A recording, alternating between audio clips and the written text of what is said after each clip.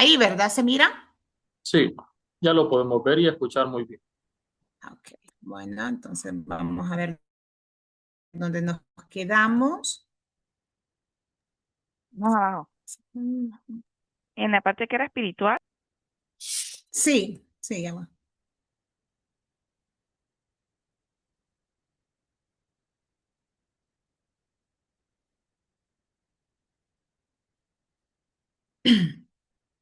Ok, creo que era por la dimensión social, ya la aquí creo. Ay, Sí, social. La anterior, más. La anterior. es que me está pasando La solito. anterior. Espérenme, vamos a ver.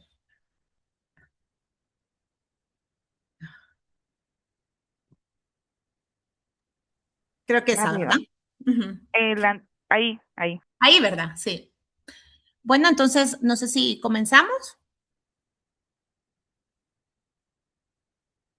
Sí, Ok, ok, bueno. Bueno, pues ahora vamos a terminar, ¿verdad? Lo que son el primer tema, que es fundamento de cuidados paliativos, que en este vamos a ver todo lo que es la introducción, definiciones, ¿verdad? Un poco de historia y también hablar un poco de sufrimiento o dolor total. Estábamos por las dimensiones, ahora vamos a continuar con la dimensión espiritual. Esta es la búsqueda del sentido. Es fundamental, como hablamos ayer, diferenciar espiritualidad de religión, ¿verdad? La dimensión espiritual abarca pues, la necesidad universal de encontrar un propósito, un significado y conexión con algo más grande que uno mismo. Eso es espiritualidad. Esto es independientemente de las creencias religiosas específicas o de quién nosotros, para nosotros, es quién es ese propósito y quién es es con esa unión que tenemos. El propósito y significado, pues la necesidad de encontrar sentido a la vida vivida y el sufrimiento presente. O sea, es como, ¿valió la pena? Bueno, el legado y el perdón, el deseo de dejar una huella, resolver conflictos pendientes, pedir o conceder perdón, cesación de culpa o asuntos no resueltos. Siempre en final de nuestra vida o cuando estamos vulnerables o nuestra enfermedad está tocando esa parte, la parte espiritual se ve siempre afectada. O sea, por muy espiritual que alguien sea, por muy religioso que sea, pues la parte espiritual siempre, siempre va a ver afectada y siempre va a haber ese momento donde nos vamos a preguntar, o sea, ¿qué hicimos?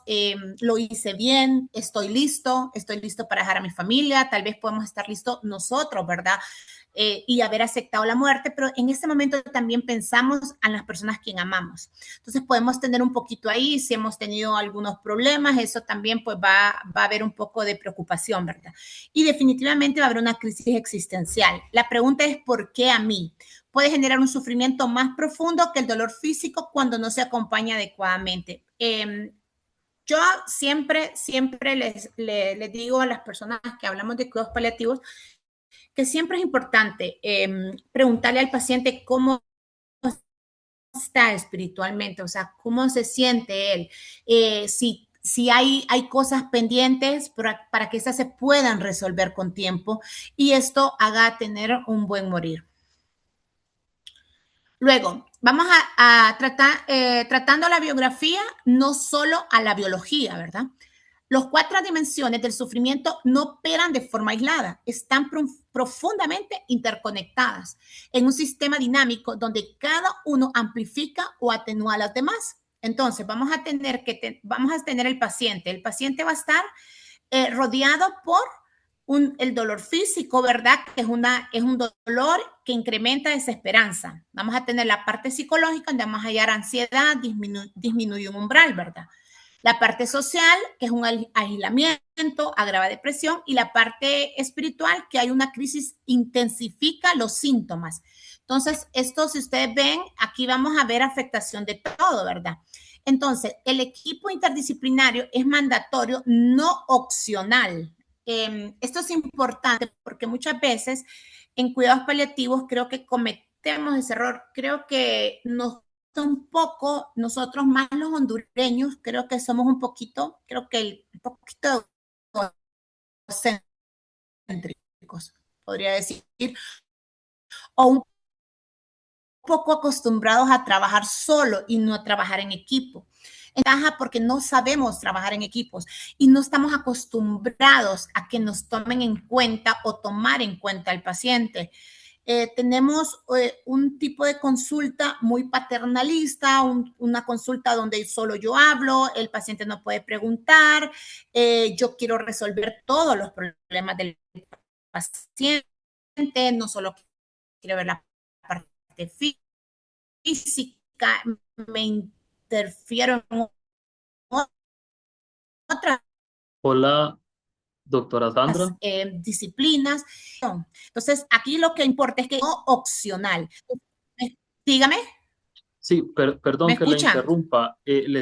Últimamente le hemos estado escuchando un poco entrecortado.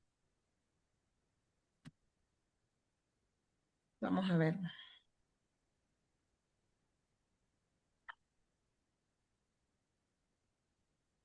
¿Será por la señal? Pero Creo. fíjese que tengo señal segura, dice aparentemente aquí.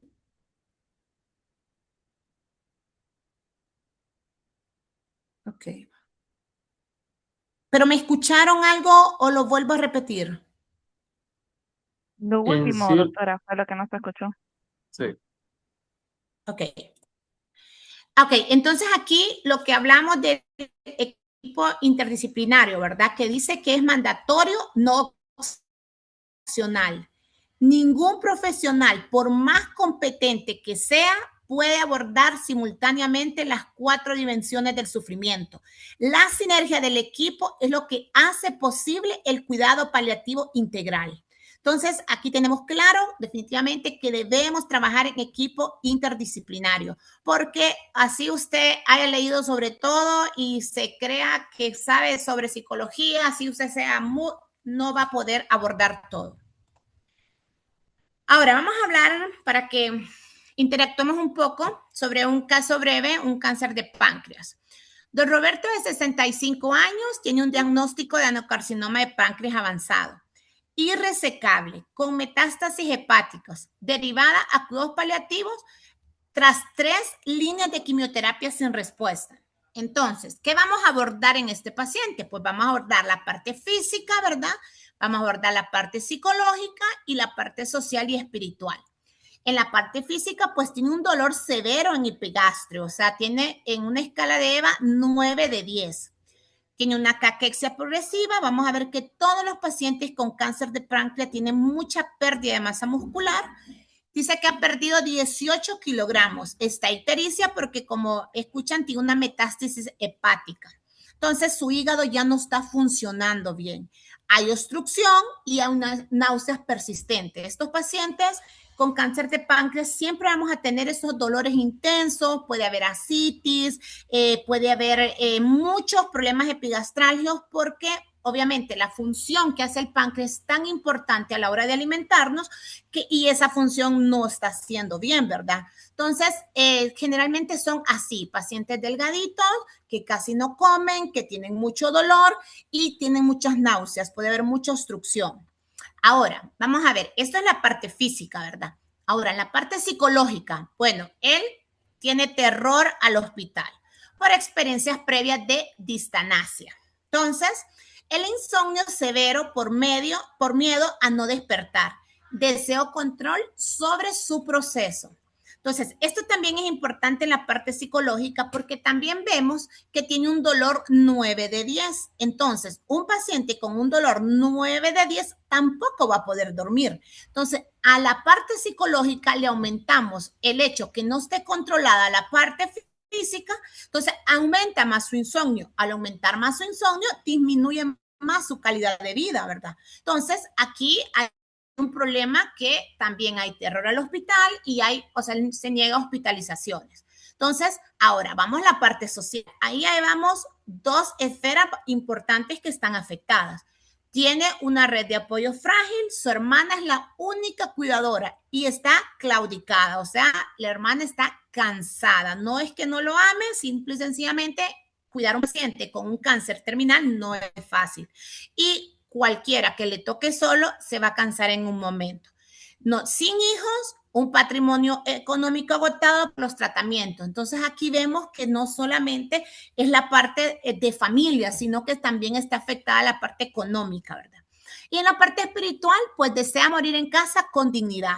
Quiere reconciliarse con un hermano distanciado y expresa, no quiero que me conecten a máquinas. Entonces, aquí lo que tenemos que rescatar acá, bueno, al menos en la parte espiritual, él ya tomó una decisión y ya, o sea, él ya fue, o sea, ya al menos dignificó como quería su muerte y dijo, quiero morir en casa. Ok, está bien. Ahora, ¿qué es lo que hay que trabajar en la parte espiritual? Pues definitivamente la reconciliación con su hermano para que no haya un proceso de agonía pues largo, ¿verdad?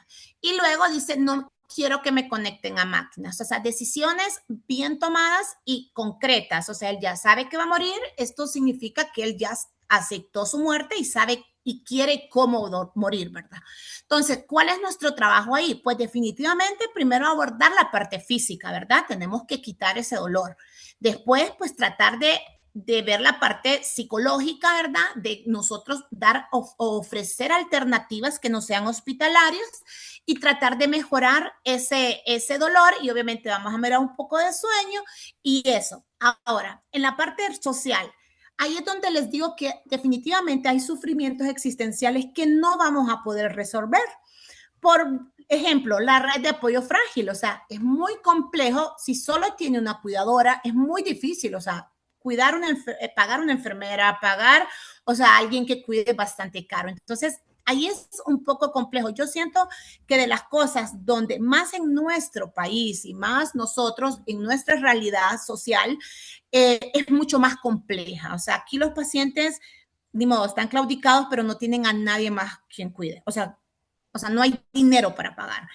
No, o sea, los tratamientos oncológicos son bastante costosos.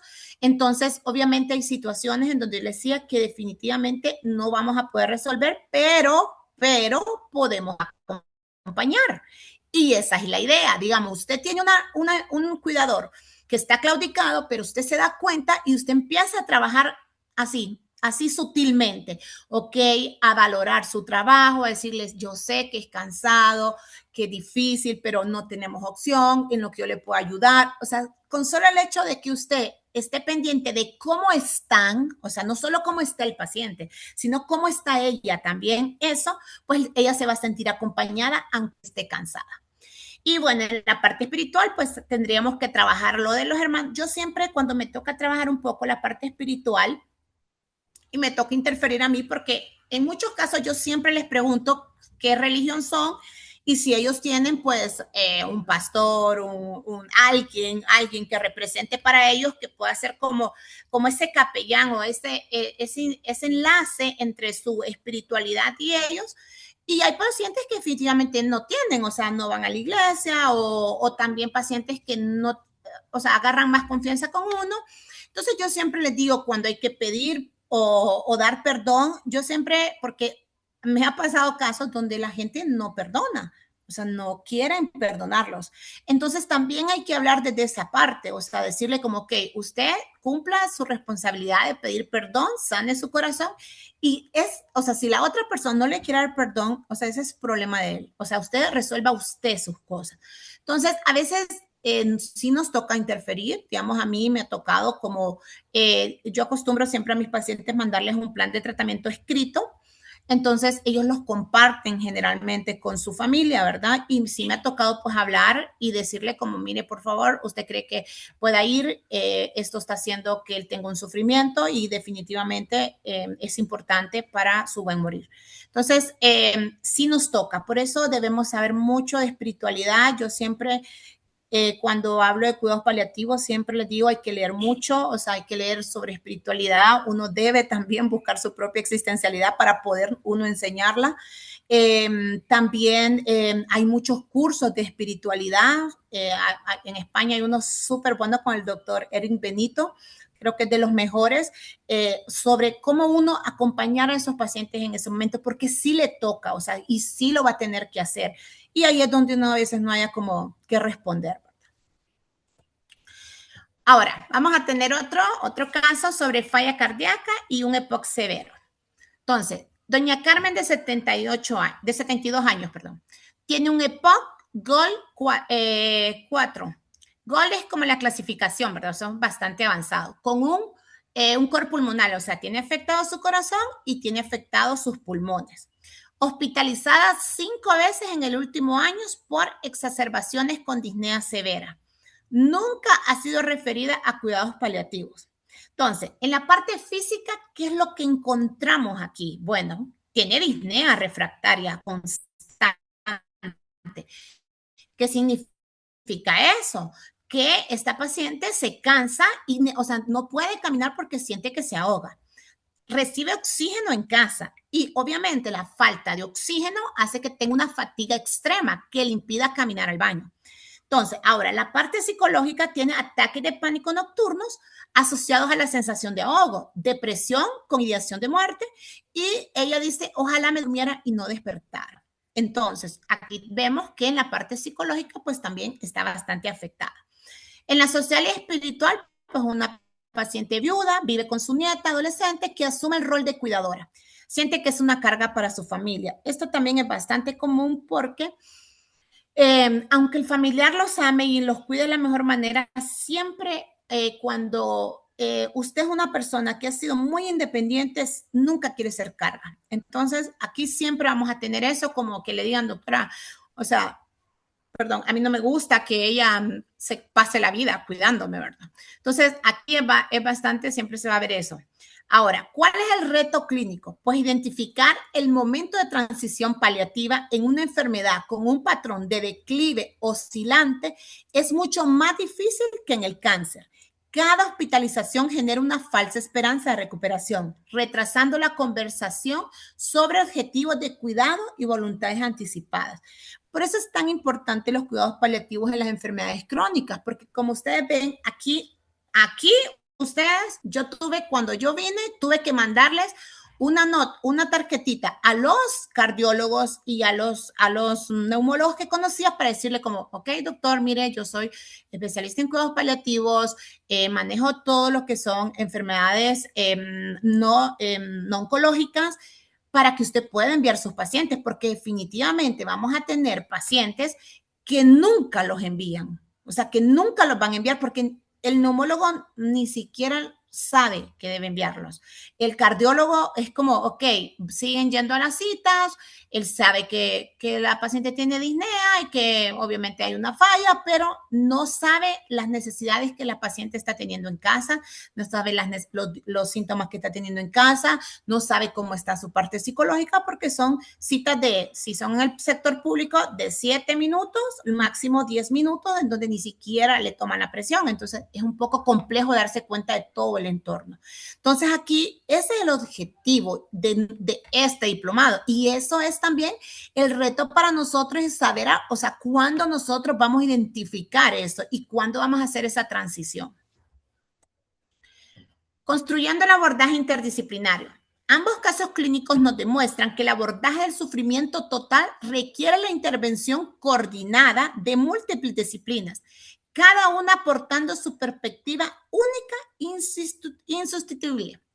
Vamos a tener lo que es la parte de medicina, con un control de síntomas, analgesia, manejo de disnea, antieméticos y adecuación terapéutica. La parte de enfermería, pues vamos a tener lo que es el confort integral, cuidados de la piel, manejo de la vía, higiene, monitoreo cercano de síntomas.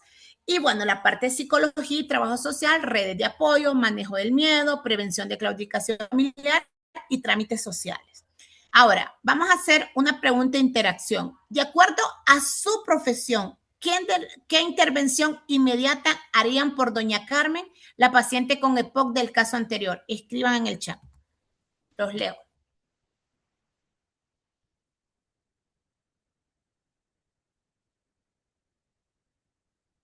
Hola.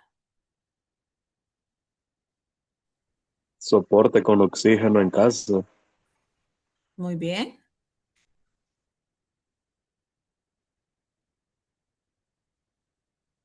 Sí, porque ella está teniendo mucha disnea y está teniendo ahogos. Y le da miedo morirse ahogada.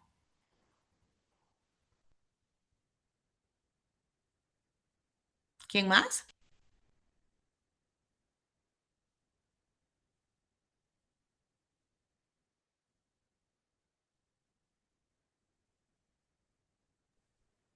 Pues como terapeuta funcional, un abordaje ahí es pues lo que decía la doctora es bastante común. Hace poco tuve un caso, una paciente ahí con una neumonía, un adulto mayor, y el paciente en casa con tantas dificultades no lo refirieron ni tan siquiera lo que era pues rehabilitación respiratoria y entonces, y sí se mejora, ¿verdad? Entonces, esa parte se haría como terapeuta funcional. Exacto, son en estos casos ustedes en donde nosotros miramos que todavía se nos queda corta un equipo interdisciplinario de medicina, enfermera, psicóloga y trabajo social. Imagínense la importancia de un terapeuta, un fisiatra en la terapia respiratoria. Imagínense que nosotros le enseñemos a esta paciente a hacer terapia respiratoria. Esa paciente va a mejorar su parte respiratoria y tal vez pueda hasta necesitar menos oxígeno. Obviamente va a aprender a movilizarse y realmente sí funciona. Nosotros, bueno, al menos en mi equipo lo hacemos siempre, siempre con los pacientes con EPOC o con pacientes después de neumonía, adultos mayores. La verdad, la terapia respiratoria funciona muy bien, muy bien. ¿Alguien más?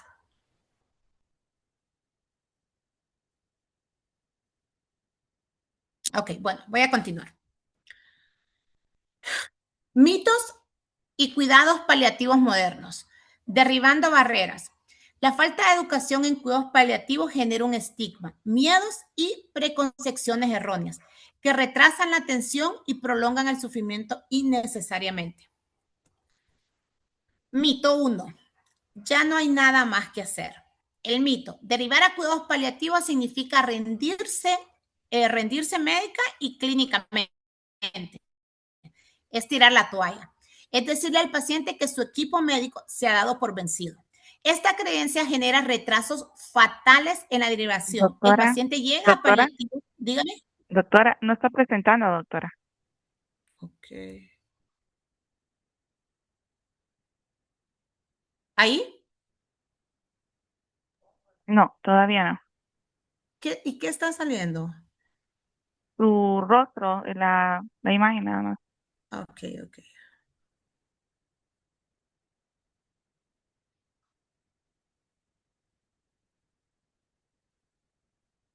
Ahí sí, ¿verdad? Ahora sí, doctora. Ok. Ahora no. Entonces, Ahora no, doctora. ¿ahora? No, todavía no.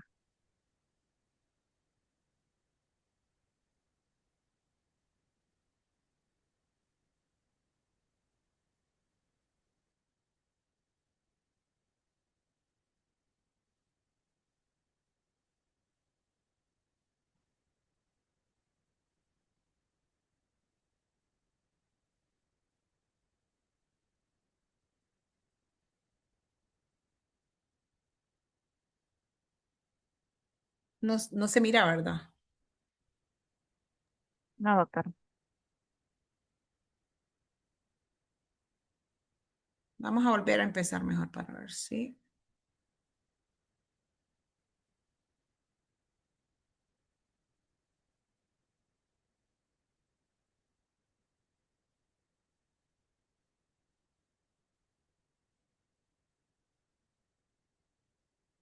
Ahora sí. No, doctora.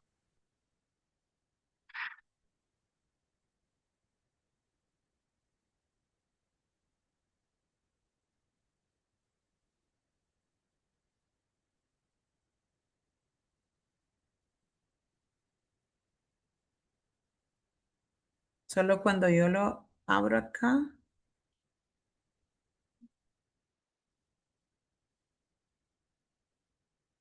Ahí. Ahora Sí. sí, doctora. Ok. Se retira, doctora. Sí, no sé qué pasa. Ahí ya no está. No, No, ya no está. inicialmente se logra proyectar, pero después ¿Y ahí? desaparece. No, solo un par de segundos logra mantenerse la proyección.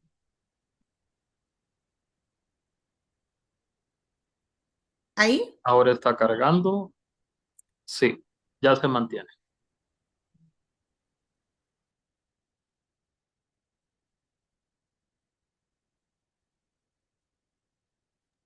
Ahora ya no. Sí, solo Sí. la hago. Ah, Sí, la la voy a dejar expande. así. Ajá, solo la expande. La voy Ok, a dejar así en ventana mejor para que terminemos esa. ok. Ahí, ¿verdad? Ahí. Sí, ahí está bien. Bueno, igual ustedes las pueden leer después, pero se las voy a dejar así para poder avanzar y no trazarnos en eso. Ok. Bueno, ahora vamos a ver, bueno, esta creencia genera retrasos fatales en la derivación. El paciente llega a paliativos en agonía cuando ya se ha perdido la oportunidad de semanas o meses de calidad de vida. La evidencia, se cambian los objetivos terapéuticos. No se abandona el paciente, siempre hay algo que hacer por el confort. Estudios clínicos han demostrado que la integración temprana de los cuidados paliativos no solo mejoran la calidad de vida, sino que en algunos casos incluso extiende la supervivencia. Ahí hay ¿cómo se llama? Les puse un artículo académico sobre pacientes con cáncer de pulmón que vivieron 2.7 meses más con cuidados paliativos tempranos. Ok. Bueno, ahora vamos a ver el mito 2, solo para pacientes oncológicos. Uno de los mitos más persistentes y dañinos es la asociación exclusiva de los cuidados paliativos con el cáncer terminal. La realidad epidemiológica es radicalmente diferente. Entonces, tal vez no puedan ver, pero aquí vamos a tener que las enfermedades crónicas degenerativas son mucho más que el cáncer, ¿verdad? Entonces, y todas estas demás son enfermedades, ¿verdad? Como VIH-Sida, tenemos las cardiopatías, EPOC, las demencias. Entonces, eso es un mito que queda, pues, abolido, perdón, porque no solo vamos a ver pacientes oncológicos.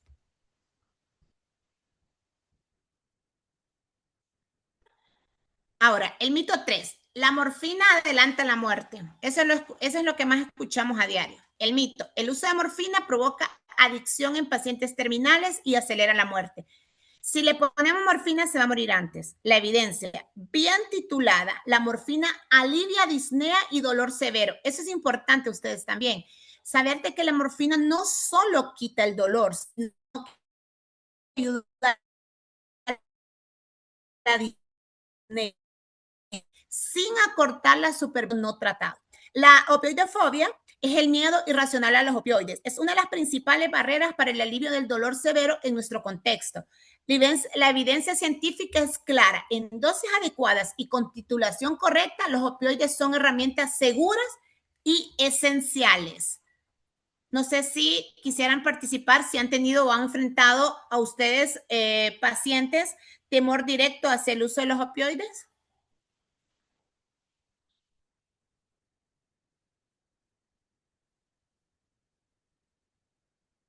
Nadie.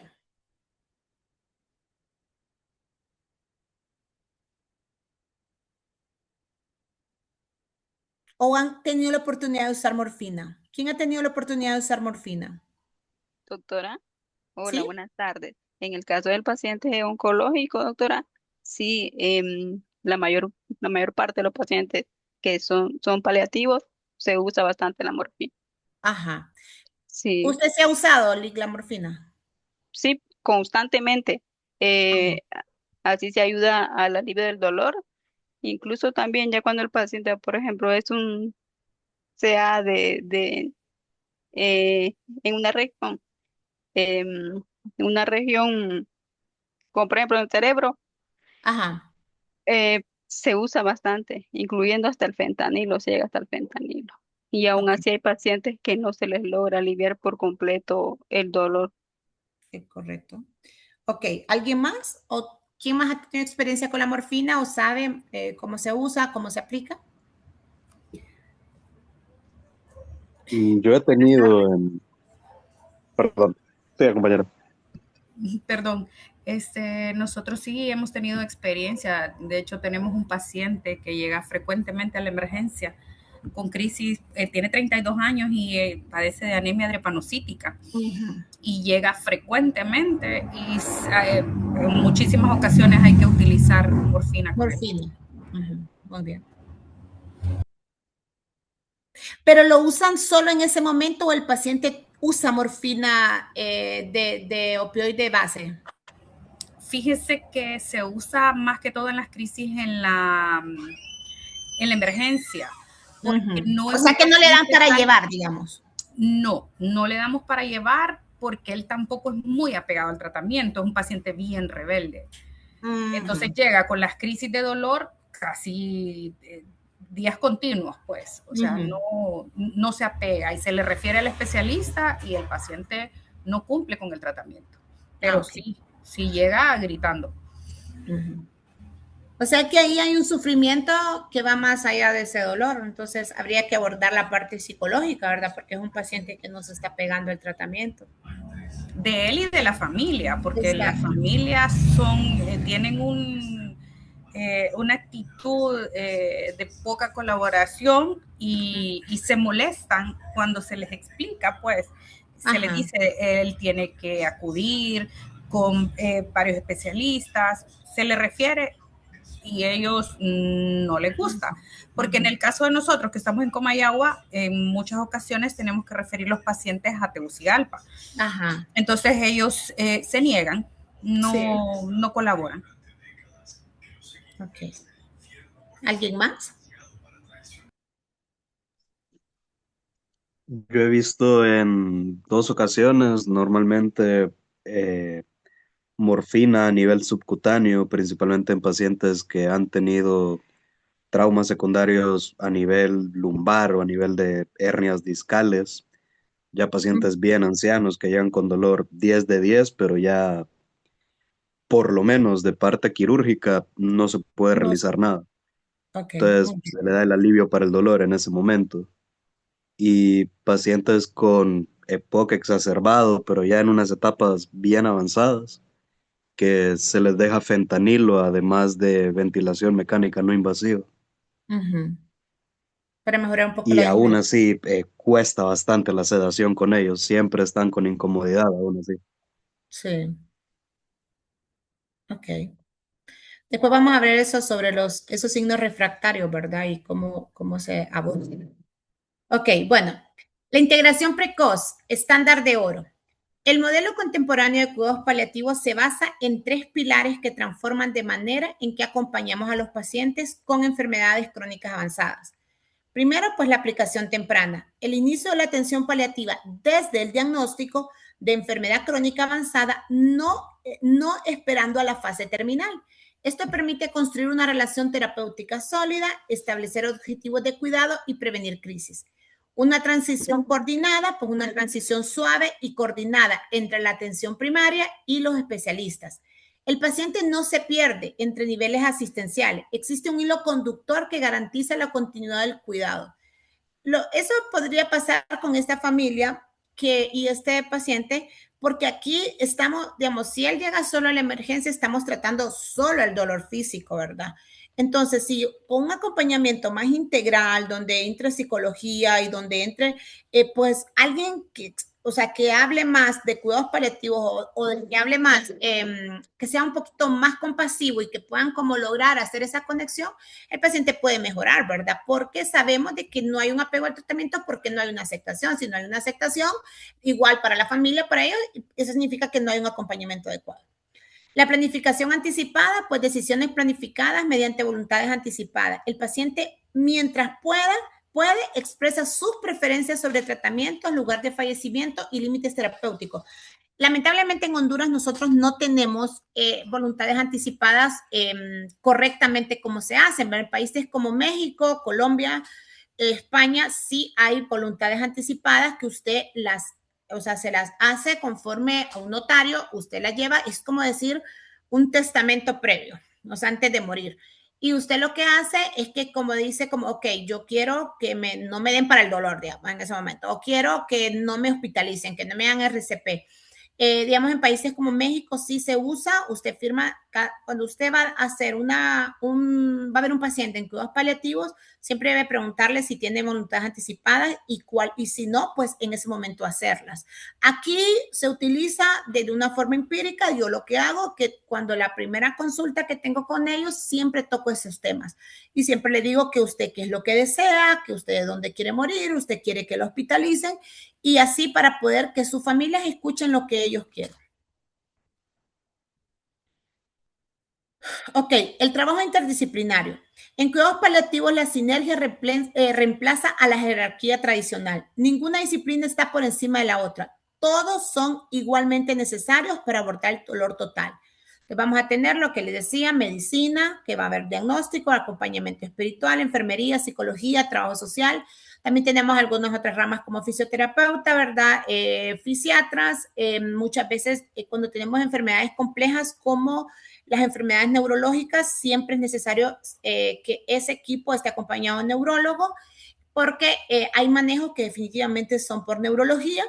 Y bueno, las reuniones sistemáticas del equipo son esenciales, ¿verdad? No solo para coordinar el plan de cuidado, sino también para la prevención de desgaste profesional en sus miembros. Esto me pareció interesante cuando yo hice la práctica, siempre o sea, me dijeron como siempre va el chofer, la enfermera y la doctora. Y entonces a mí me dice, siempre tienen que ir juntos, o sea, siempre van juntos a las consultas a domicilio, porque ella es la que te va a ayudar a cargar con ese paciente y eso va a hacer que, o sea, no vayas a tener un desgaste solo, porque ir solo significa que tú vas a hacer como un montón de cosas. Y es bastante bonito en otros países porque realmente no hay como esa competencia, ¿verdad? Entre que, como yo soy médico, sé más. A mí me pasa algo bien divertido porque yo me ponía a hacer cosas que eran como trabajos de enfermería, ¿verdad? Porque aquí nosotros, ustedes saben que aquí los médicos pues hacemos algunas cosas en las emergencias. Y entonces me acuerdo que la internista y la paliativista me decía, siempre se reía y me decía, y es que tú puedes sacar sangre. Y yo, sí. Y puedes hacer prueba de sexo, sí. Y entonces me decían, no, nosotros aquí no lo hacemos. Y digamos allá, es más, enfermería son los que se encargan de las úlceras. Entonces, para mí yo aprendí un montón porque obviamente andaba con las enfermeras y andaba ahí y ellas miraron de que yo les dije, no, en Honduras la verdad nosotros hacemos muchas cosas y no nos dividimos como algunos trabajos, ¿verdad? Hay médicos que no hacen nada tampoco de enfermería porque no pueden, pero también, o sea, no es como que tampoco no lo hacemos. Y entonces, ellos son como bien, o sea, literal interdisciplinarios. O sea, si alguien necesita ayuda, o sea, buscan a alguien del equipo que lo haga. Entonces, es interesante porque nosotros a veces no tenemos como esa formación. Y vamos a tener modelos extrahospitalarios, ¿verdad? Que son en domicilio y en comunidad. La evidencia y la preferencia de los pacientes coinciden. La mayoría desean fallecer en casa. Yo, en toda mi experiencia en cuidados paliativos, gerontología y viendo adultos mayores, creo que el 97% de las personas quieren morir en casa. O sea, es muy, pero muy raro las personas que desean morir en un hospital. Ellos quieren morir en su casa, rodeados de sus seres queridos y un entorno familiar. Los modelos de atención domiciliaria hacen esto posible. Esa es una ventaja de hacer consulta a domicilio. La preferencia del paciente, estudios internacionales muestran que entre el 60 y el 80% de los pacientes prefieren fallecer en su domicilio, pero sin equipos de soporte. La mayoría termina muriendo en urgencias hospitalarias. Hay un impacto sistémico. Los equipos domiciliarios en cuidados paliativos evitan la saturación de servicios de emergencia y reduce significativamente las readmisiones hospitalarias futiles que generan sufrimiento. Digamos, en el Maciel, si llegaba un paciente que era de cuidados paliativos, con solo que llegara la ambulancia ahí y le decía que estaba en cuidados paliativos, el 2 de la ambulancia llamaban al de turno de cuidados paliativos y decían, o sea, este paciente está así, tienen que venirlo a ver mañana temprano porque si no habrá que hospitalizarlo. Y al Estado le sale mejor que vaya el equipo de cuidados paliativos que quizás este paciente vaya al hospital a o sea, prácticamente hacer tratamientos futiles que no van a mejorar o digamos, que los metan, digamos, a UCI y que son pacientes que sabemos que ya están en cuidados paliativos, entonces esto es lo que hacen. Bueno, esa es una ventaja, hay un orden súper bueno porque decir como aquí el 911 llega a las casas, que es bastante eficiente, y le dicen como, ok, no, o sea, yo siento que nos podemos esperar a que venga alguien mañana de cuidados paliativos.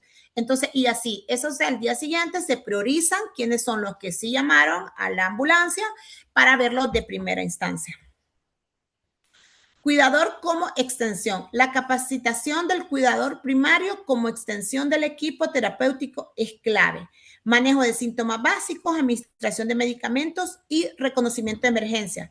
Aquí yo siempre digo, nosotros los paliativistas tenemos que hablar mucho, ustedes tenemos que hablar mucho y escribir mucho. Yo al menos soy de las que les mando lo que son las indicaciones escritas, porque son demasiado complejas muchas y muchos pacientes nunca han puesto subcutáneo, digamos, muchas familias ni siquiera saben cómo movilizar el paciente. Uno pues va buscando sus estrategias en el camino de cómo comunicar y educar a estas familias o al paciente para que los cuidados sean mejor, pero definitivamente sí se tiene que extenderse a la familia y ver cómo son esos cuidados en casa, porque por eso a muchos de los médicos no les gusta la consulta a domicilio, porque bastante, tiene que ser muy entregado, o sea, es una consulta donde usted tiene que estar ahí, o sea, los pacientes le van a escribir, usted tiene que resolver y no es tan fácil, ¿verdad? Entonces, pero siento que si a uno le gusta, uno aprende, y hace, o sea, y hace como eso, los educa bien. Hay cosas que yo he tenido pacientes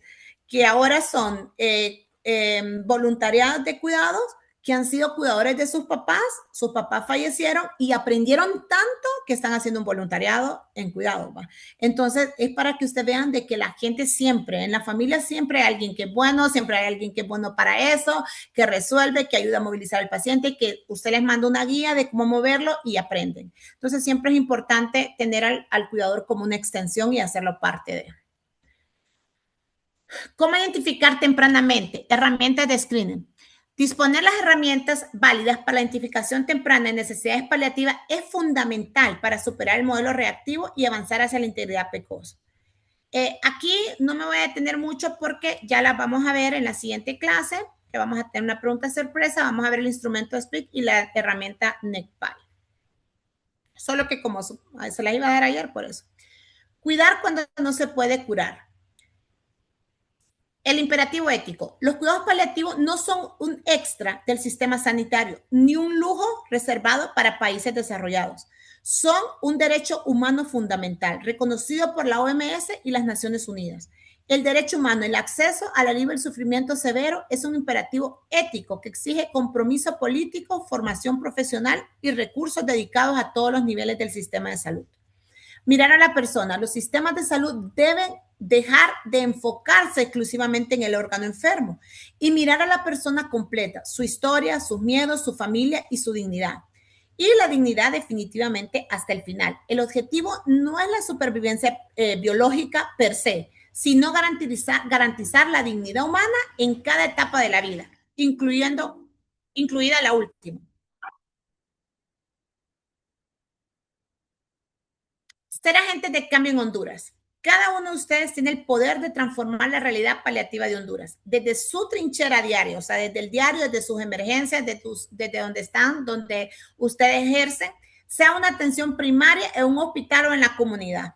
Practicar la hospitalidad clínica, aplicar los principios del hospice en su práctica diaria, escuchar activamente, respetar la biografía del paciente, priorizar el confort junto con el tratamiento. Es importante escuchar a los pacientes y darles el tiempo al paciente.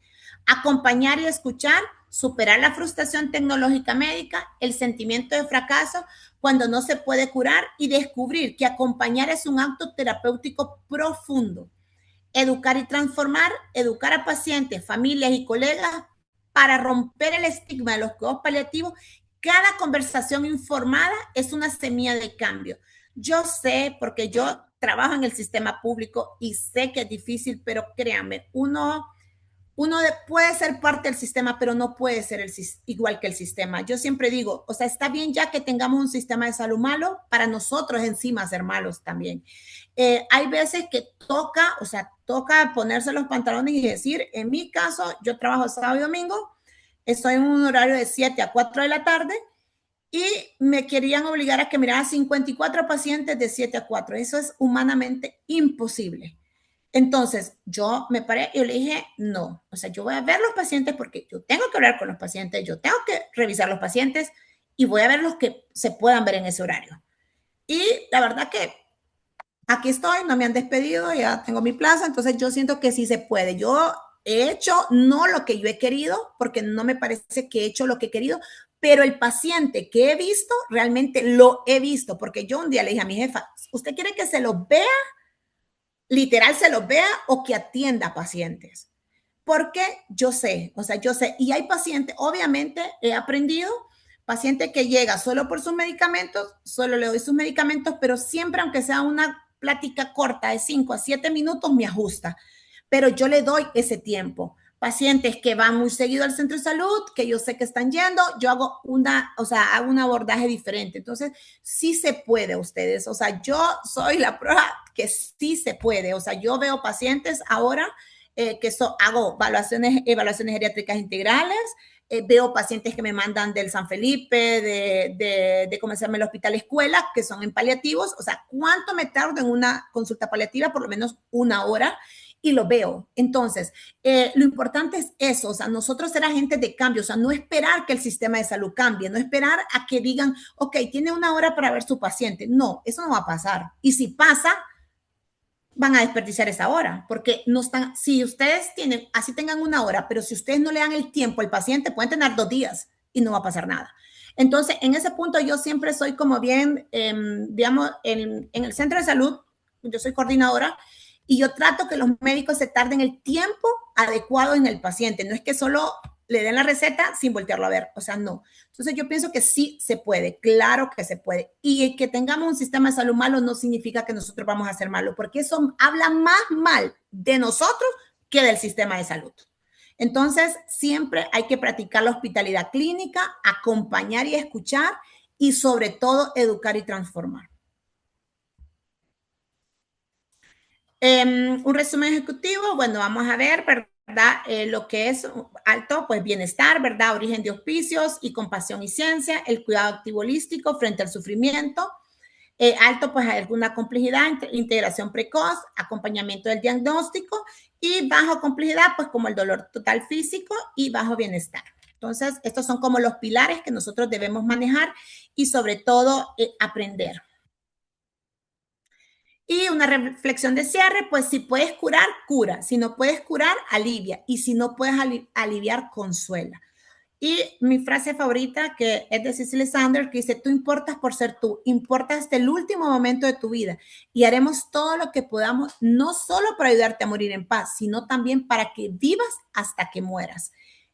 Y eso es todo. No sé si tienen algunas preguntas de esto o dejamos el receso ahorita para después pasarnos a la clase. Me parece bien, doctora. A la siguiente clase. Ajá. ¿Está bien? Así. Entonces, recuerden que tienen que encender la cámara, que es uno de los requisitos de las reglas que planteamos el día de ayer. Por favor, los que no han encendido la cámara, al regresar del receso, por favor, enciéndanla. Gracias. Regresamos dentro de 10 minutos entonces. Ok.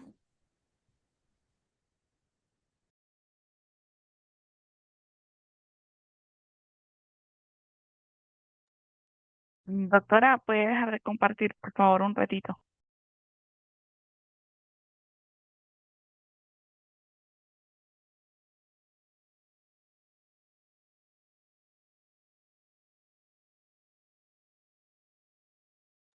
Ahí, ¿verdad? Sí, Sí, doctora, gracias.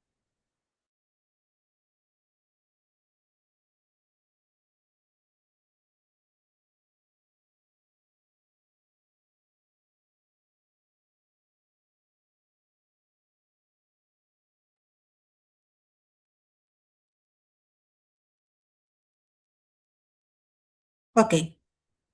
Ahí, bueno. Bueno, como tema número 2 del módulo 1, pues es identificación temprana de necesidades paliativas. Vamos a ver sobre las herramientas de NECPAL y SPIC. No es tan larga, es una clase corta, pero sí después vamos a tener un poco de... después la tarea precisamente es de esto, entonces yo les voy a adjuntar las herramientas para que ustedes cuando ya abran la plataforma las puedan ver. Ok, siguiente. Ok, ¿cuáles son los objetivos del aprendizaje? Pues al finalizar esta clase, los participantes habrán fortalecido sus competencias, ¿verdad? Tanto clínicas interdisciplinarias para identificar y acompañar a pacientes con necesidades paliativas de enfermedades avanzadas. Entonces, ¿qué es lo que nos ayudan estas herramientas? Bueno, es algo importante en cuidados paliativos y es saber de qué vamos a tener, vamos a hacer muchas escalas, pero muchas escalas. A veces siempre se ríen porque dicen que los paliativistas siempre andamos haciendo escalas para medir cosas, pero sí, nosotros tenemos escalas para el dolor, escalas para medir, escalas para, para todo. Entonces, es importante que sepamos eso, que vamos a tener que hacer un montón de escalas, que es, uno con el tiempo pues va como decir, familiarizándose. ¿Va? Entonces, vamos a distinguir entre el pronóstico de muerte y la identificación de necesidades paliativas en el contexto de enfermedades crónicas, ¿verdad? Avanzadas, superando la visión puramente pronóstica, ¿verdad? Y vamos a comprender y aplicar, o sea, vamos a conocer y utilizar las herramientas como NECPAL y SPICS, que son escenarios clínicos reales, ¿verdad? Interpretando sus resultados de forma crítica y contextualizada. Y vamos a fomentar, pues, a promover la toma de decisiones, compartiendo, ¿verdad?, el abordaje interdisciplinario temprano, ¿verdad? Vamos a hacer lo que vamos a ir integrando las perspectivas de todas las disciplinas del equipo de salud. Siguiente. Ok, ¿de dónde venimos? Evolución del concepto de paliativos. Fíjese que casi no miro las diapositivas. Mister.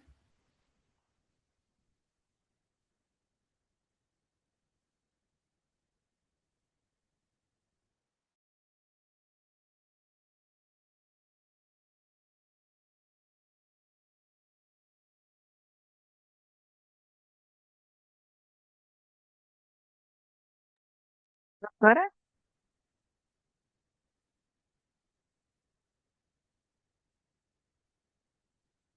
hola.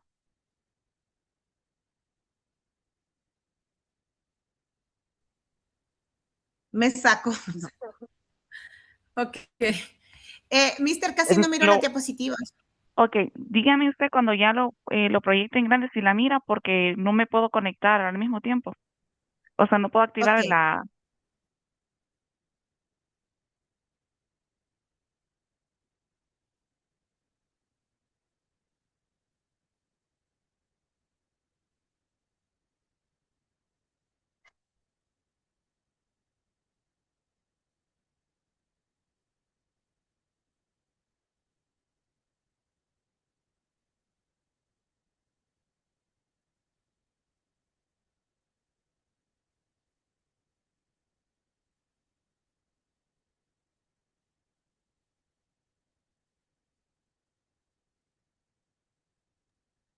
Doctora Sandra, Dígame.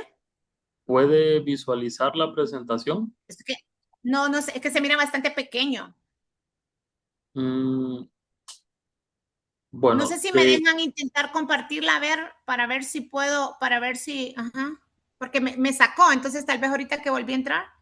ok. Ah, pero estoy deshabilitada, dice, ahí creo.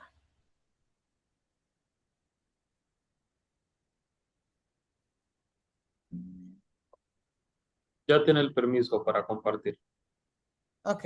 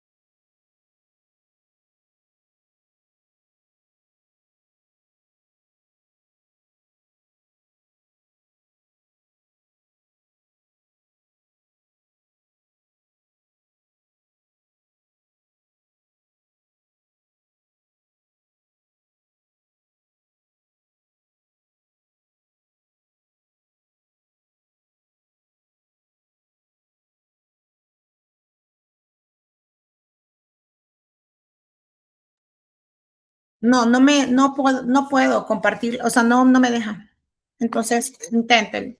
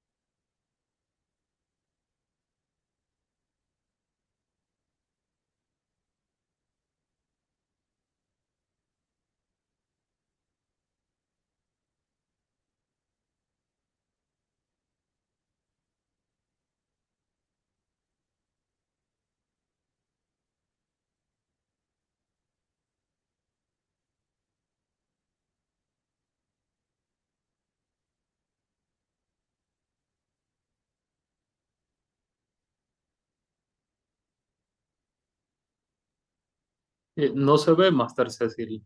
¿No se ve?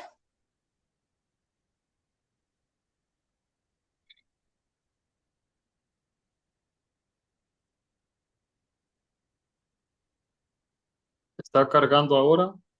Sí, Ok, bueno. ahora ya está proyectada. Sí, ok, bueno, ¿de dónde venimos? Evaluación y concepto paliativo, ¿verdad?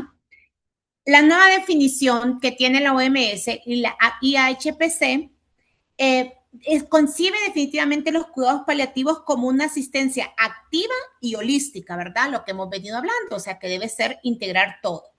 Para personas con sufrimiento severo relacionado con la salud, aplicable en todas las edades y durante todo el transcurso de la enfermedad grave. El cuidado paliativo no acelera ni pospone la muerte. La firma afirma la vida y aborda el dolor total en sus dimensiones, tanto física, social, espiritual y psicológica. En los años 60 vamos a tener que había un modelo exclusivo oncológico para paciente terminal. Ya en los años 90 pues tuvimos un poco de extensión, ¿verdad? En las enfermedades no oncológicas y ya en el 2002 pues cuando se hizo la definición de la OMS pues es un enfoque holístico e integrador.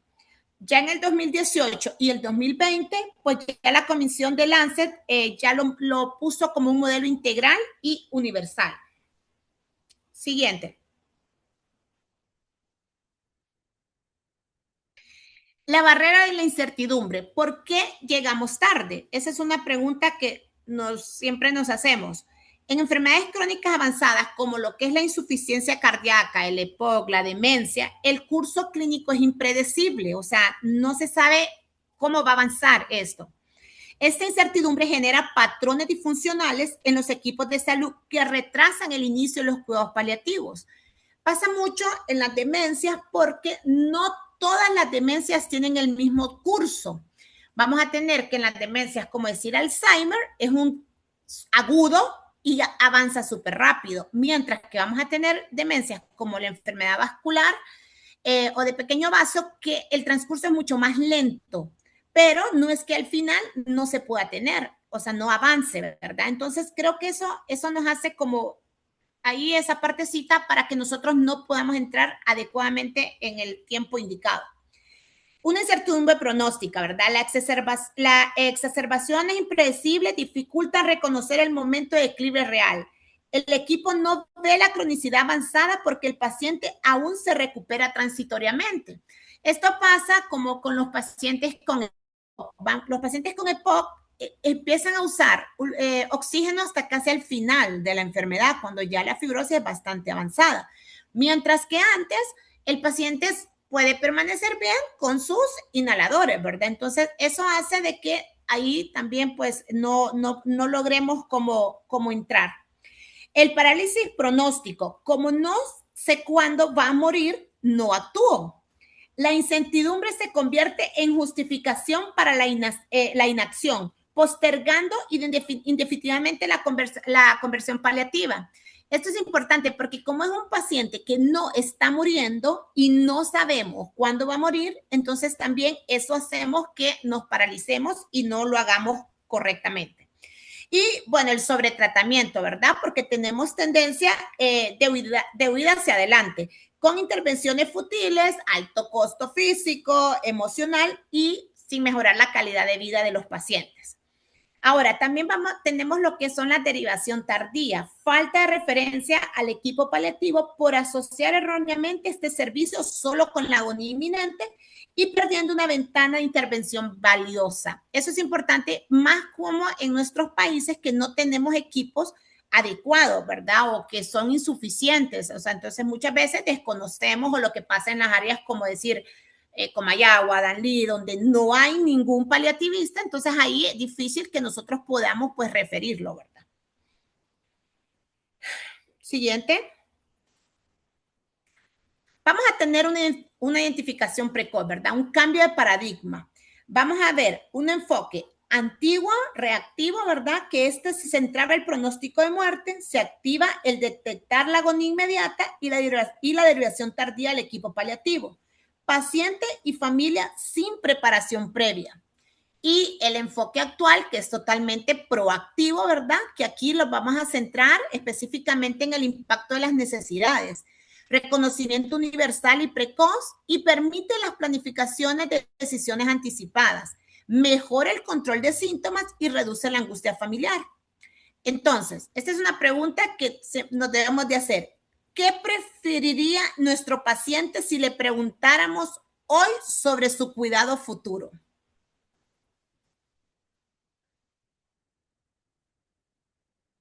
¿Alguien?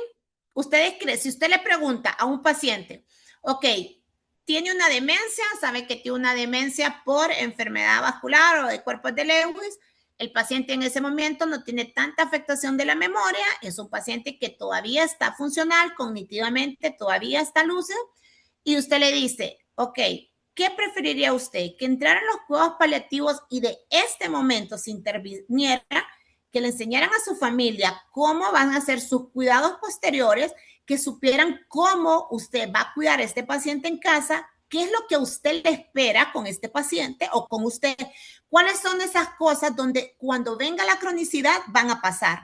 Digamos, a los pacientes con enfermedad vascular, los pacientes convulsionan en final de la enfermedad.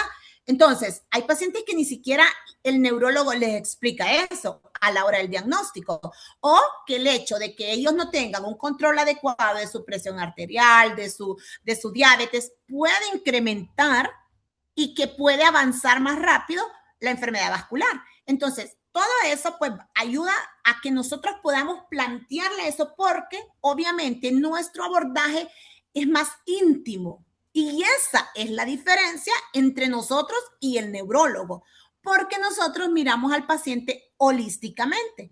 Por eso es tan importante la consulta a domicilio, digamos una consulta externa de cuidados paliativos, porque el neurólogo le da el diagnóstico y el tratamiento, pero el abordaje de toda la enfermedad, cómo se va a cuidar, cómo tomó este paciente el diagnóstico, qué dice la familia, cómo la familia lo toma, qué cuidados debe hacer, eso definitivamente lo tenemos que hacer nosotros. Siguiente.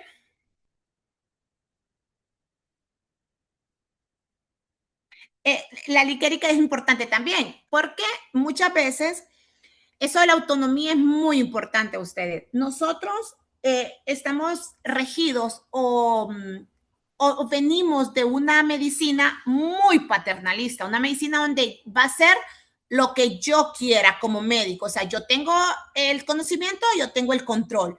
O sea, muchas veces ni siquiera se le pregunta al paciente qué es lo que usted quiere para esta enfermedad, o sea, ¿qué acompañamiento usted quiere?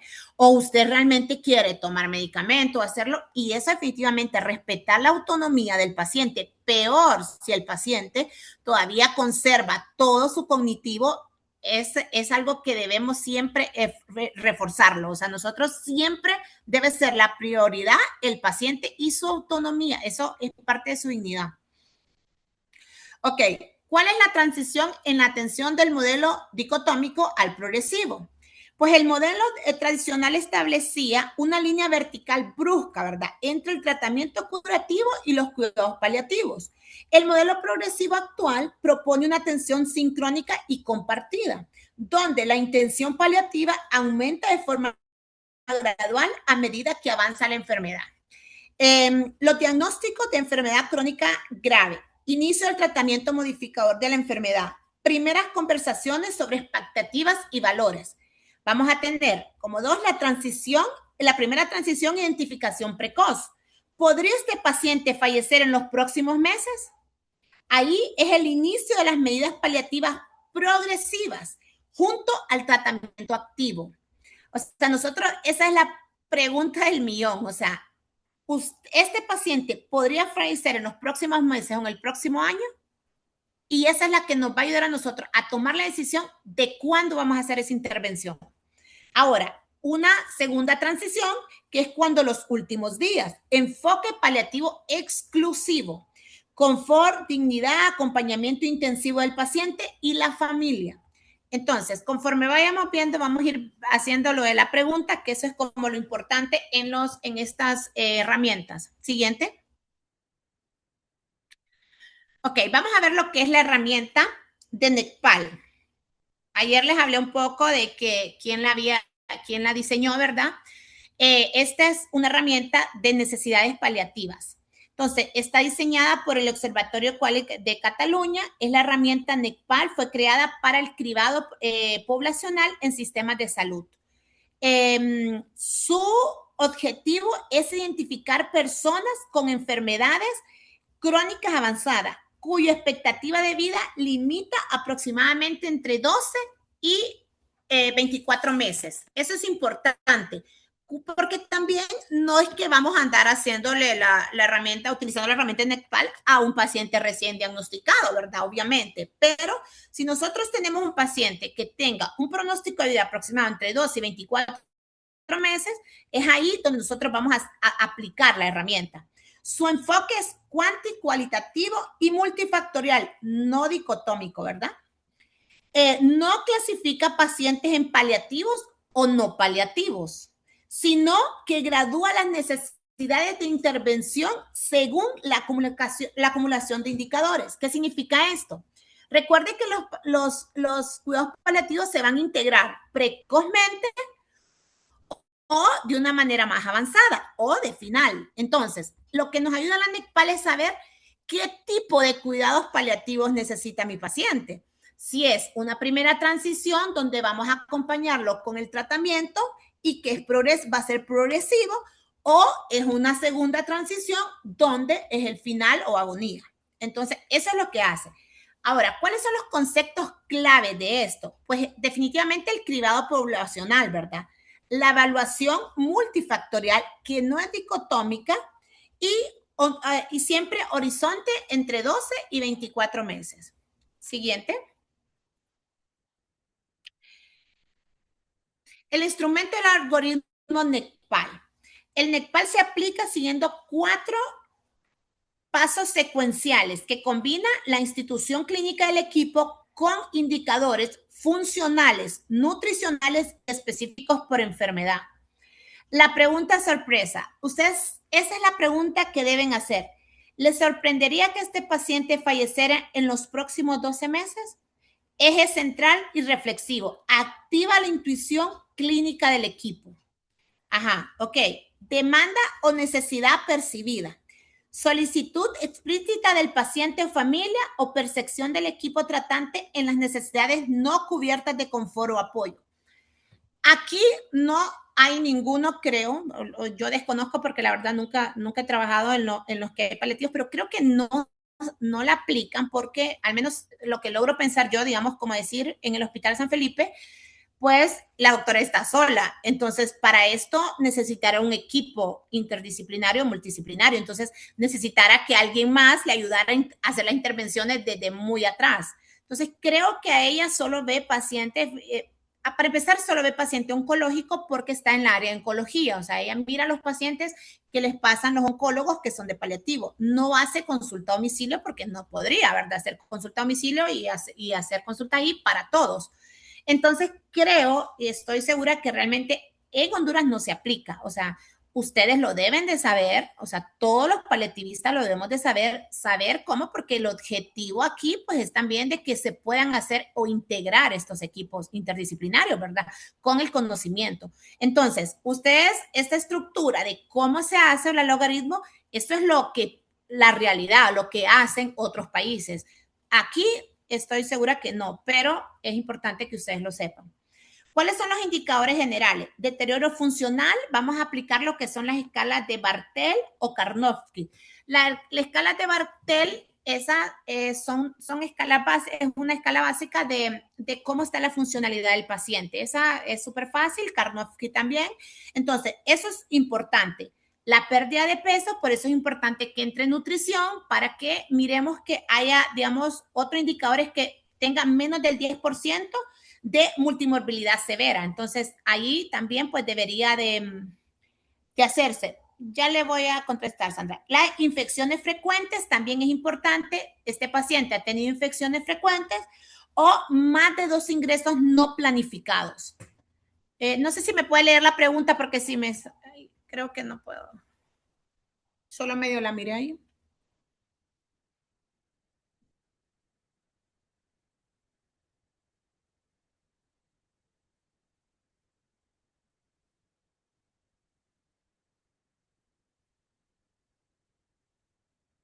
La pregunta dice, doctora, una pregunta, ¿cada cuánto se debería hacer evaluación a los pacientes con condiciones neurodegenerativas? Las evaluaciones a los pacientes con condiciones neurodegenerativas deben de ser cada 6 meses ustedes. Dependiendo, digamos, si usted va a hacer, bueno, en mi caso, que generalmente los paliativistas, al menos que sean neuropaliativos, hacen evaluaciones como MoCA, Mini-Mental, que son como las cognitivas. Yo, como soy gerontóloga, hago valoración integral geriátrica. La evaluación integral geriátrica incluye todas las esferas. Entonces, hago evaluación física, emocional o psicológica, de dependencia, que incluso utilizo Bartel. Yo uso, digamos, Yesavage, que es una escala que se utiliza para ansiedad, para depresión en adulto mayor. Uso Hamilton, que es una para ansiedad en adulto también, que se usa para eso. Y uso otras escalas, digamos, si hay duelo, si hay... Entonces, en un paciente con enfermedad neurodegenerativa, el primer abordaje debe ser una evaluación geriátrica integral, que incluye MoCA, Mini-Mental y todas esas. Con la evaluación geriátrica integral, yo lo que hago es que identifico cuáles son sus diagnósticos sindrómicos, ¿verdad? O sea, holísticos, o sea, todo.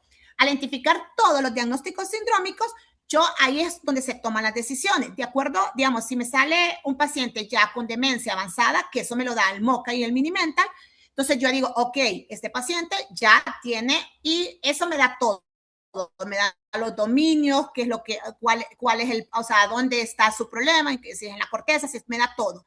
Entonces, ya con esto, y también me dice, bueno, es un paciente dependiente con una demencia avanzada y que, digamos, digamos, ya no hay ya cosas que no las puede hacer.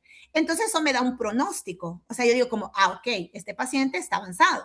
Ahora, se hace cuando yo agarro un paciente que está joven, o sea, que tiene 60 años, digamos, y hago una evaluación geriátrica integral, generalmente la hago y trabajo con respecto a esas necesidades. Digamos, con el fisioterapeuta a mejorar la dependencia, con el fisioterapeuta hacer parte cognitiva y con el neurólogo la parte médica, ¿verdad? O sea, la parte de los medicamentos. Ahí, bueno, aquí yo hago ambas cosas porque soy gerontólogo y soy paliativista. Pero, digamos, si no fuera paliativista, yo tendría que referirlo a paliativos para que paliativos haga la parte de intervención con la familia y la parte biopsicosocial, ¿verdad? O sea, que él puede integrar todo. Definitivamente estos pacientes tienen que verlo neurología, fisiatría, fisioterapeutas, psicólogo, paliativos y en el caso de adultos mayores, pues gerontólogos. Y se hacen cada 6 meses para ver si porque sí mejoran, o sea, los pacientes con una intervención, a mí me pasa muchísimo, con un paciente, digamos, que yo lo agarré con una demencia vascular y intervenimos todos. O sea, yo tengo pacientes que he tenido que han o sea, mejorado el moca, han mejorado el mental, han mejorado también la parte emocional y la parte funcional, ni digamos. Entonces sí se puede como decir, como retrasar el diagnóstico con un abordaje interdisciplinario. Ok.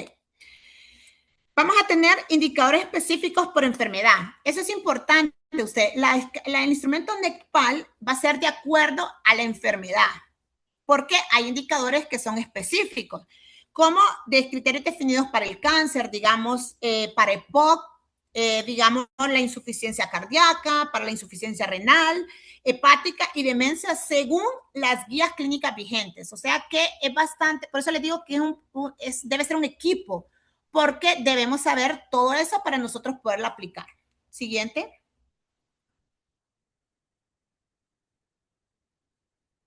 Ok. ¿Cuándo el paciente es NECPAL positivo? El paciente, criterio diagnóstico. Un paciente NECPAL es positivo, ¿verdad? ¿Cuándo se cumple simultáneamente? O sea, la pregunta de sorpresa, negativa, no. No me sorprendería que falleciera en los 12 meses. Negativo. O sea, ahí esto dice como, ok, no necesita una intervención más encima, ¿verdad? O más, al menos un parámetro afirmativo de los indicadores generales o específicos. Entonces, ¿qué es un NECPAL positivo? Es un gatillo de intervención. O sea, eso es lo que nos va a decir como si debemos intervenir. Entonces, vamos a tener su especificidad para predecir la mortalidad exacta, es limitada. Su valor está en desencadenar acción, no en predecir una fecha. Eso es importante también, porque a veces nosotros la tendemos a confundir a NECPAL con una escala pronóstica de muerte, que es una PPS, que también se la puede enseñar al final, que realmente yo la aplico muy poco porque es bastante, no inespecífica, pero a veces uno queda mal como médico, o sea, que le digan, doctora, ¿cuánto tiempo le falta a mi paciente, a mi familiar para morir? Yo no soy tan atrevida a usted. O sea, yo siento que yo le digo al paciente, ¿sabe qué? Siempre Dios tiene la última palabra y en esta, o sea, ustedes se sorprenderían las cosas que uno mira aquí, o sea, pacientes que uno piensa que no se va a morir, muere, o pacientes que... Entonces, es demasiado. Sí hay una escala, pero no se debe confundir. NECPAL lo que nos ayuda es intervenir, o sea, nosotros, ¿en qué forma vamos a intervenir? Pero no nos va a decir como el cuánto le falta, ni si está, cuánto tiempo le falta para morir o qué es lo que vamos a hacer. El significado clínico, pues el paciente se encuentra en fase de cronicidad avanzada. En la primera transición se requiere activar un plan de intervención paliativa integral y progresiva. O sea, que es lo que nos va a decir, ok, estamos en una primera etapa. Ok, estamos en una primera etapa, entonces vamos a hacer una intervención un poco menos intensiva, pero vamos a ir ya haciendo la transición. Aquí todavía vamos a trabajar. Yo he tenido pacientes que los encuentro así. Me he pasado mucho, como decir, más en los adultos mayores me pasa, que yo los encuentro y tal vez los encuentro con una neumonía. Entonces, activo, o sea, hago NECPAL y digo, no, ok, este paciente tiene una neumonía, está frágil, tiene sarcopenia, entonces valoro todo. Ahora, veo y lo mando al neumólogo, ¿verdad? Obviamente para que haga el trabajo. Él hace la parte curativa de la neumonía, pero yo sé que después de esa neumonía, el paciente hay que intensificar el cuidado. Porque obviamente un paciente adulto mayor con neumonía pierde capacidades increíbles.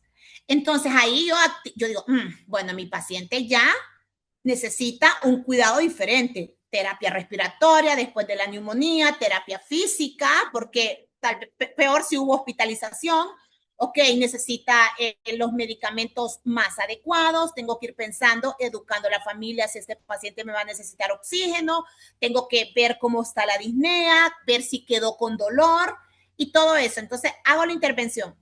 Ahora, este paciente pasa 6 meses, 1 año, y el paciente después pasa a ser solo mío. El neumólogo, que sí me pasa, gracias a Dios con algunos neumólogos, me dicen como, doctora, yo ya no, o sea, ya tome sus decisiones porque es un paciente que ya está en una fase en declive y obviamente ya vamos a hacer medidas de confort. Entonces ahí lo que hago es hacer retirada o predescripción, o sea, entonces empiezo a quitar lo que no necesito o lo que no me hace ayuda y empiezo a dar solo medidas de confort, o sea, entonces empiezo como a priorizar otras cosas. Llega un momento, hay cosas que sí se quedan, como decir la terapia, porque la terapia nos ayuda a que el paciente se encame en menos tiempo. O sea, si continuamos con la terapia, esto evita el encamamiento un poquito más precoz. Siempre pues va a haber encamamiento, ¿verdad? Pero obviamente también podemos hacer fisioterapia con el paciente encamado para evitar obviamente úlceras y todo. Ya después empezamos con la parte respiratoria, que después los ejercicios respiratorios son insuficientes, ¿verdad? Entonces decimos, ok, vamos a necesitar oxígeno. En este momento, la familia ya es consciente, ya tiene un condensador de oxígeno, ya ha conseguido un tanque de oxígeno y ya sabe cómo usar un oxígeno. Ya tienen un oxímetro, o sea, ya saben cuándo ponerlo, cuándo quitarlo y así, porque esta familia fue educada desde antes, desde el diagnóstico de una neumonía en adulto mayor, digamos. Entonces, después vengo y ya entramos en la fase donde obviamente entramos ya o en preagonía o agonía y ahí ya entonces cambio totalmente la metodología porque obviamente ya quito todo lo que no suma, o sea, lo que no me ayuda y cambio medicamentos donde vamos a mejorar confort. Obviamente, desde el punto de vista fisiopatológico, yo pienso, ok, es un paciente que tiene una fibrosis, entonces este paciente yo tengo que priorizar su respiración, o sea, yo tengo que priorizar que él no muera ahogado. Entonces empiezo, ok, voy a usar un opioide para que mi paciente esté en confort, tenga o no tenga dolor. Esa es otra cosa, ustedes. Los opioides se usan para la disnea independientemente que no haya dolor, porque es lo que ayuda. En mi caso, mi preferida es la morfina por el modo de usarse, porque se usa subcutánea, el paciente no tiene que tomar pastillas y entonces ahí. También le voy a dar un claro ejemplo porque nosotros vamos a tener nutricionista y es también, digamos, yo encuentro un paciente con neumonía, entonces entra a nutrición y yo le digo, doctora, yo necesito que este paciente no me pierda masa muscular. Entonces yo necesito incrementar la alimentación de este paciente, obviamente, para que después no tengamos sarcopenia. Entonces, ok, entra la nutricionista, pero llega un momento en final de vida ustedes, la comida es indispensable. Entonces, ya cuando yo entro en una agonía o entro en un declive un poco preagónico, la nutricionista de ahí sale y se cambia. O sea, ahí hablamos ya solo de confort. Medidas como, ok, vamos a priorizar mojar los labios, un poco de hidratación, de acuerdo al contexto del paciente, ¿verdad? Un poco de hidratación subcutánea, vamos a, ¿cómo se llama? A cambiar el rol del cuidado. Y ya la nutricionista no está como, ok, no, es que mi paciente tiene que subir de peso o se tiene que comer 5 porciones al día, porque obviamente el paciente en agonía deja de comer o en estado final. Entonces, es ahí por eso importante saber en qué momento lo vamos a hacer. Uno lo hace así, ¿verdad? Yo lo he aprendido a hacer así con mi equipo, pero realmente esa es la idea de NECPAL, en un equipo interdisciplinario, que se pueda intervenir precozmente y de acuerdo a estos parámetros, saber qué es lo que vamos a intervenir y qué es lo que vamos nosotros a trabajar con eso. ¿Ok? Siguiente. Aplicación. Solo déjame aquí. Aplicación rápida del caso de don Arturo. Perfil del paciente. Don Arturo tiene 78 años. Tiene un EPOC severo. Tiene una... le hicieron una espirometría y tiene menos del 30%. O sea, a él le cuesta un poco. Es oxígeno dependiente en domicilio. Tiene 3 ingresos a urgencias en 6 meses por exacerbaciones. Y confinado al hogar, dependencia funcional consciente. Perdón. Entonces, la aplicación de NECPAL. Pregunta sorpresa. No nos sorprendería su fallecimiento.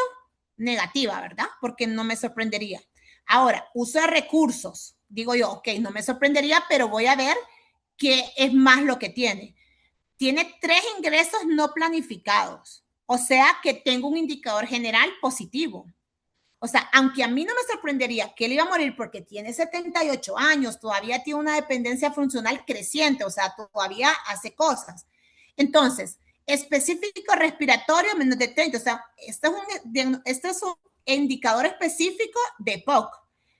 Entonces, el resultado de NECPAL ya ahí se vuelve positiva, porque aunque a mí no me sorprenda que se va a morir en menos de un año, tiene indicadores de severidad, como lo que es el ingreso, desde que tiene más de 3 ingresos ustedes, en menos de 6 meses es un paciente que está teniendo crisis. O sea, que eso significa que este paciente está incrementando. Ahora, la transición a manejo sintomático y revisión del tratamiento y planificación anticipada de decisiones con el paciente y su familia. Creo que aquí es momento donde nosotros decimos, ok, hay que reorganizar y hay que decir como, ¿realmente quiere estar yendo a hospitalización a cada rato? ¿O usted cree que es necesario una consulta a domicilio donde yo pueda hacer las intervenciones en casa? O evitar educando o haciendo un poquito de terapia respiratoria, viendo, haciendo, ¿me entiendes? O sea, haciendo toda la intervención, poder mejorar eso.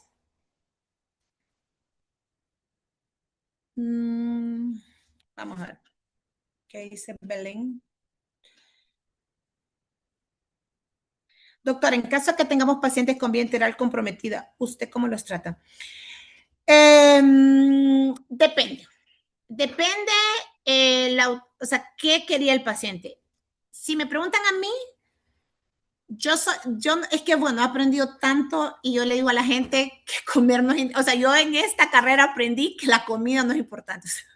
O sea, joven, con edad, sin enfermedades crónicas, creo que es el momento en que nosotros debemos de comer adecuadamente, pero después, en final de vida, parece mentira. Y yo uso una frase que a veces es un poco fuerte y se las digo a las familias, pero les hago entender porque, o sea, uno tiene muchos problemas con el tema de la comida con las familias.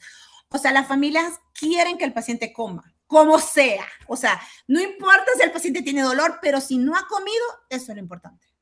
O si no ha bebido agua. O sea, es que es como... Entonces yo siempre le digo, su familiar no se va a morir si no come. No come porque se está muriendo.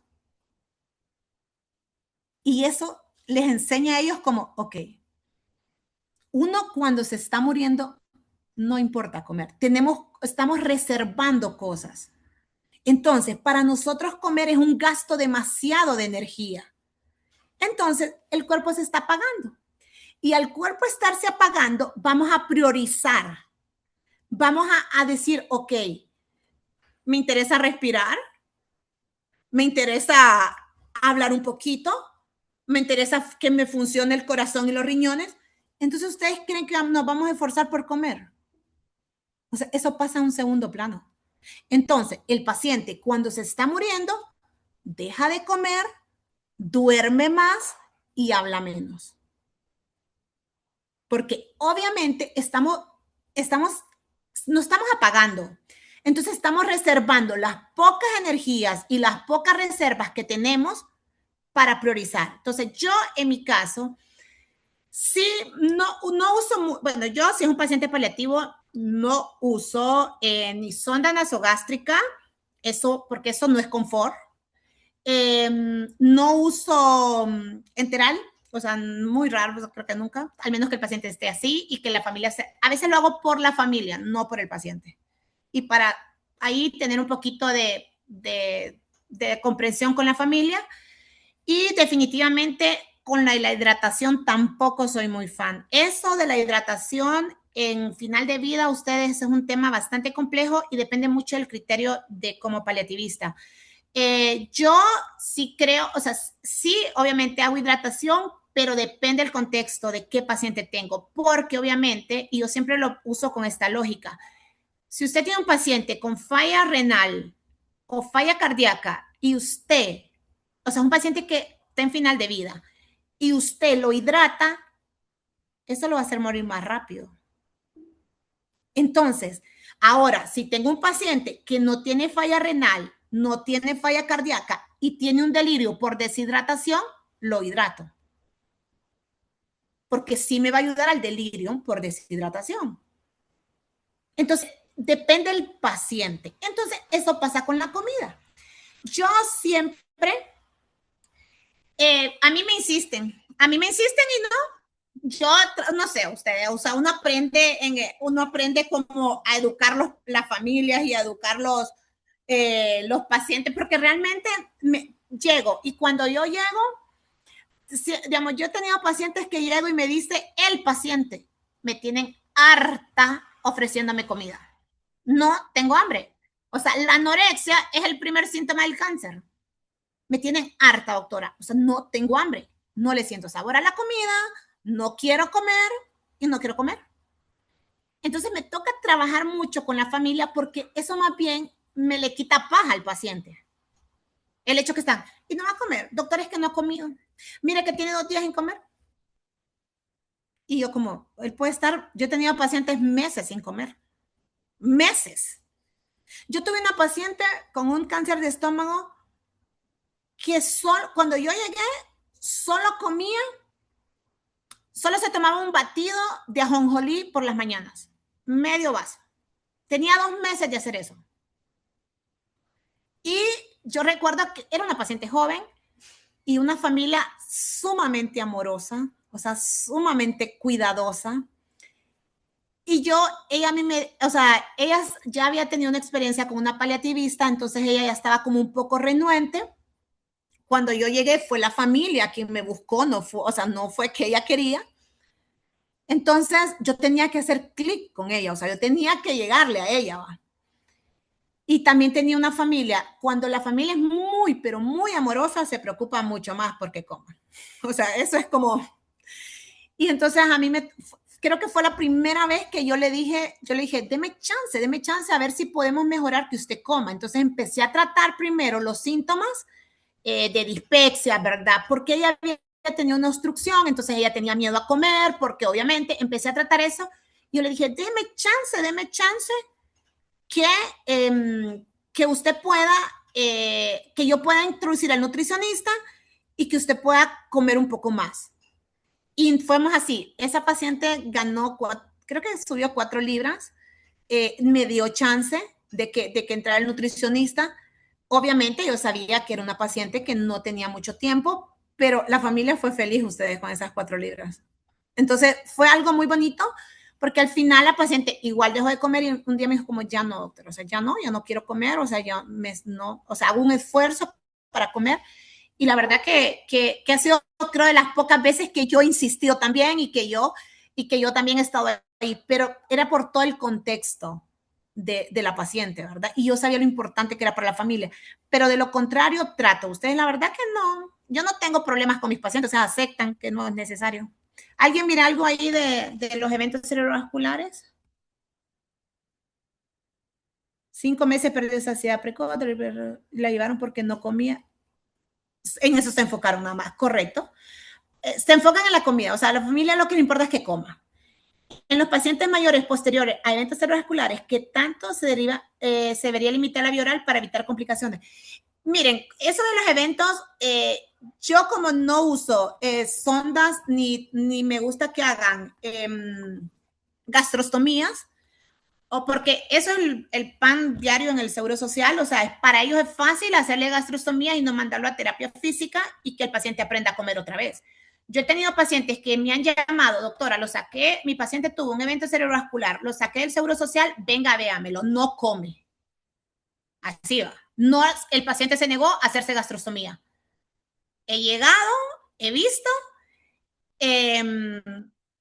mi paciente ya come. Tengo un caso súper exitoso que empezó con sólido, él tenía una disfagia a líquidos, y empezamos, llegó el nutricionista, hicimos todo, el paciente ya come. Tengo una paciente también, no necesitó la gastrostomía, y el paciente ya come, ya camina.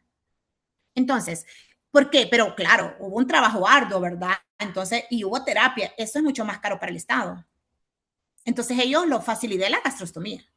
Entonces, no, por eso no soy fan de la gastrostomía. Y luego tengo una paciente que yo ya la encontré con gastrostomía, tiene un cáncer cerebral, ya le habían hecho cirugía, una paciente que, o sea, obviamente, ya habían hecho intervención Y cuando llegué, yo, o sea, ya estaba con la gastrostomía, pues empecé, porque obviamente uno también tiene que saber ustedes sobre gastrostomía en paliativo, entonces obviamente hay que educar a la familia, cómo hacerlo. Y increíble, mi paciente ya no usa la gastrostomía. A mí ahorita estoy luchando en el seguro para que se me la quiten porque ella ya come. Entonces, eso depende. Y uno mira muchas cosas que sí se pueden. No sé, ¿habían otras preguntas ahí o comentarios?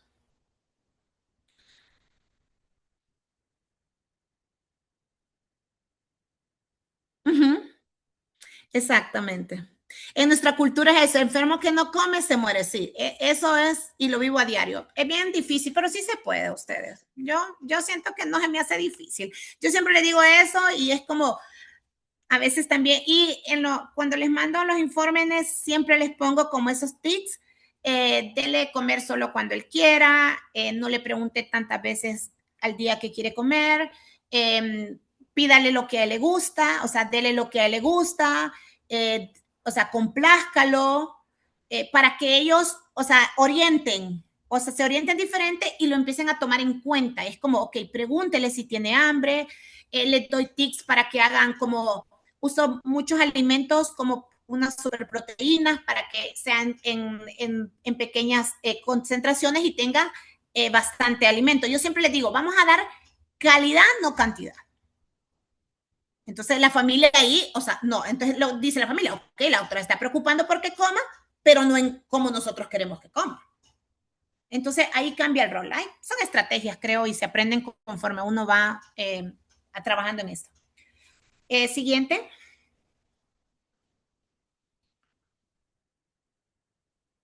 Ok, tenemos lo que es la herramienta SPITS, que esta es una herramienta que es una herramienta bastante, se hizo en Edimburgo, o sea, es una herramienta que, digamos, menos nosotros, yo menos la utilizo, o sea, creo que es la que menos, porque NECPAL la hizo un español, ¿verdad? Y es en Cataluña, mientras que esta es un poquito más americanizada y estas herramientas identifican pacientes con deterioro progresivo de la salud para iniciar, pues, obviamente, la evaluación holística y planificación anticipada. A diferencia de NECPAL, no se centra rígidamente en el pronóstico vital, sino en los signos observados del deterioro irreversible.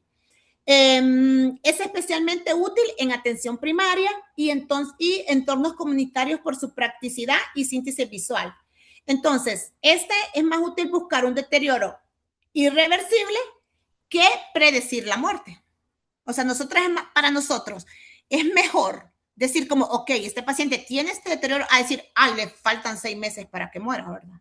Porque no lo sabemos. El deterioro lo podemos ver, pero saber cuánto le falta para morir es imposible. Siguiente. Entonces, lo que hace SPID es indicadores de deterioro de salud, ¿verdad? Los indicadores generales de SPID se reflejan en un patrón de declive funcional y social que de forma independiente al diagnóstico se basa en señal de necesidad en un enfoque paliativo. Entonces, Doctora, vamos a tener, dígame. vamos concluyendo porque a las 7 ingresa otro grupo.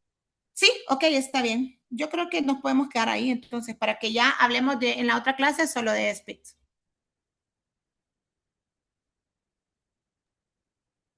Está bien. Pero quedaríamos en esta, ¿verdad? Para que ya así no hablarles un poquito, sino que hablarles en la otra clase de la otra. Ok, muy bien. Entonces, tiene levantada la mano Celina. Buenas, solamente quería excusarme porque yo me conecté a las 5:20 y algo porque vi que en el mensaje habían colocado que iban a iniciar a las 5:30. Entonces, no sé si fue un error porque después tarde vi el mensaje que ya estaban conectados. Solamente esa observación. Sí, sí, fue un error al enviar, pero ustedes recuerden que la clase es a las 5 de la tarde los días sábados y los días viernes a las 6 de la tarde. Bueno, entonces finalizaríamos por hoy y continuaríamos la siguiente semana. Gracias, muchas gracias. Buenas noches. Buenas Gracias, buenas noches. noches. Gracias, buenas noches.